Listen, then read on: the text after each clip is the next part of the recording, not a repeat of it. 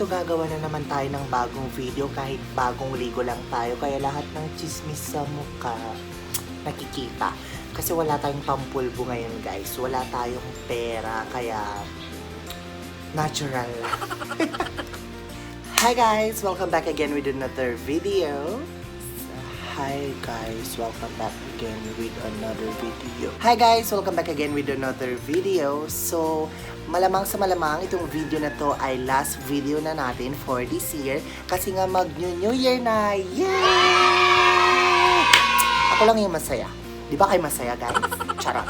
Na naman tayo, gagawa naman na tayo ng bagong video since kaliligo lang natin. Naligo na din ako guys. At nag-toothbrush na din ako para hindi nyo maamoy. Wala na, di ba? Nag-toothbrush na ako para ready na for the new year. Ang video na to guys ay may kinalaman di umano sa bagong taon.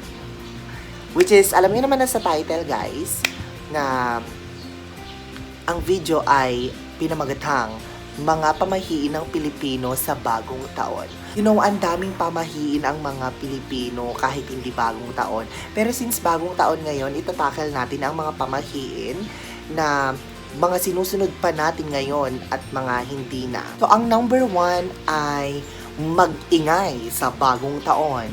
Nag-iingay ba kayo sa bagong taon? Actually, as far as I remember, nung bata pa ako guys, talagang nag-iingay ako ng hili. Charot. Natutulog na ako, gano'n. Ingay as you can. Pwede kang kumalembang ng kaserola, torotot, gano'n. Pero guys, sa darating na New Year, iwasan nating magpaputok para safe lang tayo.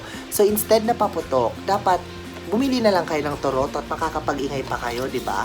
So, ako naman, I'm so prepared for this New Year na. So, I bought torotots. Charan! So, dalawa to para if ever man na may kasama ako dito sa bahay, guys, ibibigay ko yung isa para parang kalaban, di ba? Nare-remember ko pa nung bata ako, pag nagtotorotot ako, dapat may may lumalaban. Pag nagtorotot ako, tas magtotorotot din yung bata sa kapitbahay. Dapat palakasan, ganon. At alam nyo ba guys, ibang-iba na tong torotot nila ngayon. So, plastic. Wow! Parang yung friend lang natin. Nag-evolve din sila. Ganon. Ang plastic na niya guys, noon kasi sa amin, yung iihipan mo is, hindi ko alam kung anong tawag doon parang maliit na kawayan ba yun? Or bamboo, gano'n. Arte, mga gano'n. Tapos, yung parang plastic din siya na may design yung ditong part. Tapos, meron pa feathers dito. So, syalan no. So, pwede na tayong mag-ingay. Diba? Tapos, ito naman, hindi ko alam kung paano gamitin to. Baka lang masira ko Pina-assemble ko na din sa nagbebenta guys. Baka kasi, alam niyo na, masira ko. Pero ang sinabi niya, ganun mo talaga para walang huni!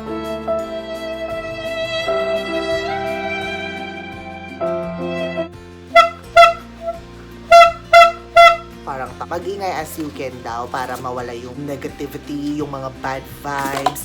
Diba? Para pagdating ng bagong taon, good vibes lang tayo guys, diba? Saya-saya. Pangalawang pamahiin natin ay magbukas daw ng mga ilaw sa bagong taon.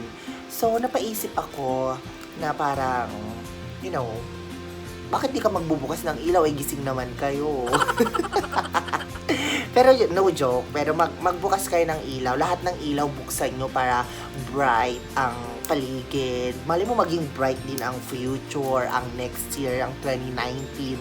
Diba? So, there's no harm on, nag-English ako pero hindi ko na alam yung tutuloy. Wala namang masama kung itatry natin, di ba? Mali mo, may mga bahay kasi nga ang bright ng bahay nyo. O di, pakainin mo, di ba? So, ang pangatlo nating pamahiin, guys, ay i-open mo daw lahat ng bintana, lahat ng doors, at lahat ng mga drawers. Di ko alam kung bakit pati drawers i-open mo, di ba? Okay na yung bintana tsaka window na i-open. Pero, ang sabi kasi nila, pag inopen mo daw, good fortune, good vibes ay papasok sa inyong bahay, no? So, wag lang lamok yung pumasok or wag lang paputok. Malay mo, may pumasok na paputok dyan. Kaya mag-ingat din tayo. Malay mo, baka imbes na good fortune yung pumasok, magnanakaw na. Kaya be alert. Be attentive. Ay, wow! So, ang pang-apat natin na pamahiin, guys, ay pagbayad ng utang daw. Kasi sabi nila, kung ano daw yung financial state mo, pagdating ng 12 midnight, yun na daw yung financial statement mo, the whole year. So, parang, paano naman kaming walang pangbayad ng utang? Kahit pilitin namin na bayaran yung mga utang namin kung talagang hindi kaya ng financial statement namin ngayon, diba? Lang natin nabayaran guys kung kaya, pero kung hindi kaya, ang gagawin natin, uutang tayo sa iba pambayad ng utang.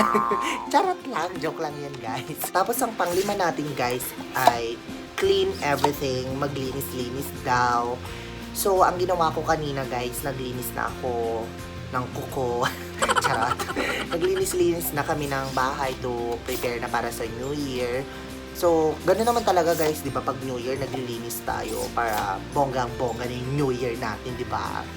At sana guys, wag lang sa New Year tayo, maglinis.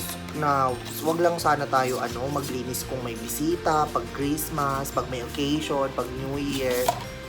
Sana maglinis din tayo araw-araw. At sana ma-apply ko din tong sinasabi ko guys sa sarili ko.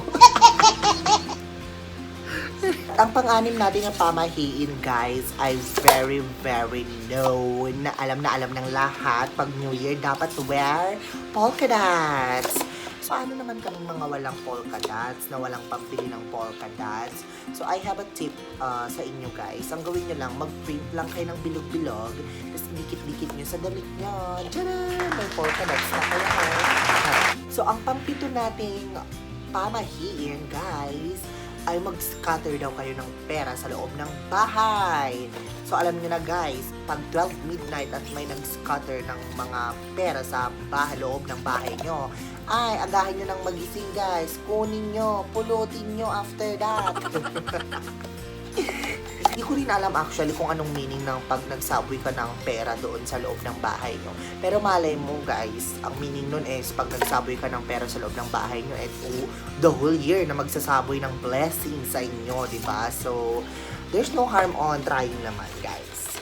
At ito na guys, ang pangwalo, ang pinakahihintay ng mga madla.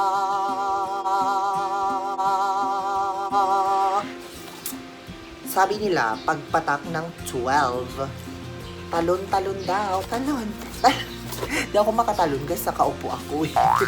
Talon-talon daw guys ng 12 times para daw tumangkad. So may mga pag-asa pa ang mga Pokemons.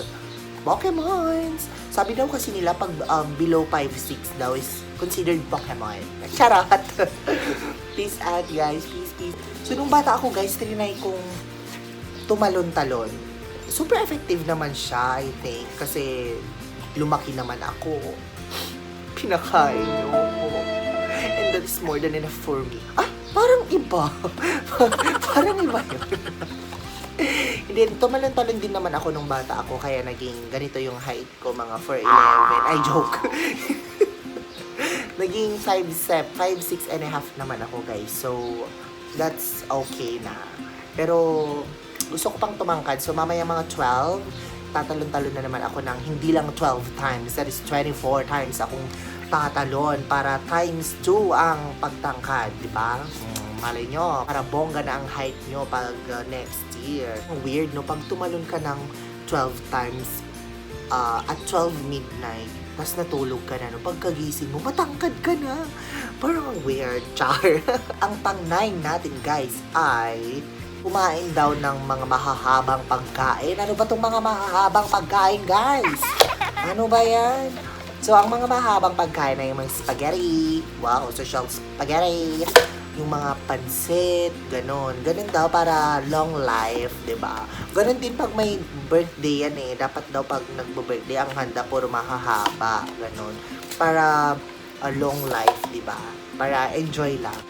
So, ang next naman natin, guys, ay wag daw maglinis. Sabi kanina sa isang pamahiin, maglinis daw para bongga, di ba? Pero ito kasi, wag ka daw maglinis pagpatak ng 12 kasi parang tinataboy mo yung good fortune, yung blessing. So, wag daw maglinis pagpatak na ng 12. So, yun, hindi ka naman na makakapaglinis pagpatak ng 12, di ba? Kasi busy ka nang kumakain, lumalamon, gaya ko. Kaya wag kang dyan.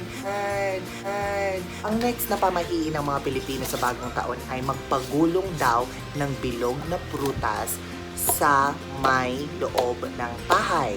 So, yung mga kiat-kiat, yung mga orange, ipagulong-gulong daw. Kung bilog ka naman kagaya ko, gumulong-gulong ka na lang din. Malay mo, the bigger the better, di ba? So, ang last natin guys ay, syempre, known na ito, na alam na lang lahat na maghanda daw ng mga 12 na bilog na prutas pag New Year. So, ano ba itong mga bilog-bilog na yan? Ano ba, it symbolize, 12 months kasi sa isang taon, kaya 12 round fruits daw. So, kami kasi guys, hindi lang 12 round fruits ang prepare namin. Minsan kasi 13, 14. At saka kung yung iba naman parang hindi naman round meron nga mangga, may pinya. Hindi naman round yung mga yun. Bilogin mo na lang. Yung mangga, yan mo, iganon mo. Squeeze mo into circle. So, yun na nga guys, yung mga pamahiin ng mga Pilipino tuwing bagong taon. Yung iba nakakatawa, yung iba talagang sineseryoso natin. Pero wala namang masama kung susundin natin yung mga pamahiin na yon, di ba? Malay mo, magbigay ng luck, magbigay ng good fortune sa atin this coming New Year. Malay lang naman natin. Pero, pa-advise ko lang din naman, huwag tayo masyadong mag-depend sa luck or mag-depend sa mga pamapamahiin. We need to work hard also for our dreams, para sa mga good fortune na darating sa ating buhay. You know, nagsasabi ako ng ganito pero hindi naman ako hardworking. So that's it for our last video for this year. See you next year guys, and don't forget to subscribe to my channel and hit that notification bell para ma-update kayo sa lahat ng uploads ko. And of course, have a safe and happy New Year guys. Bye!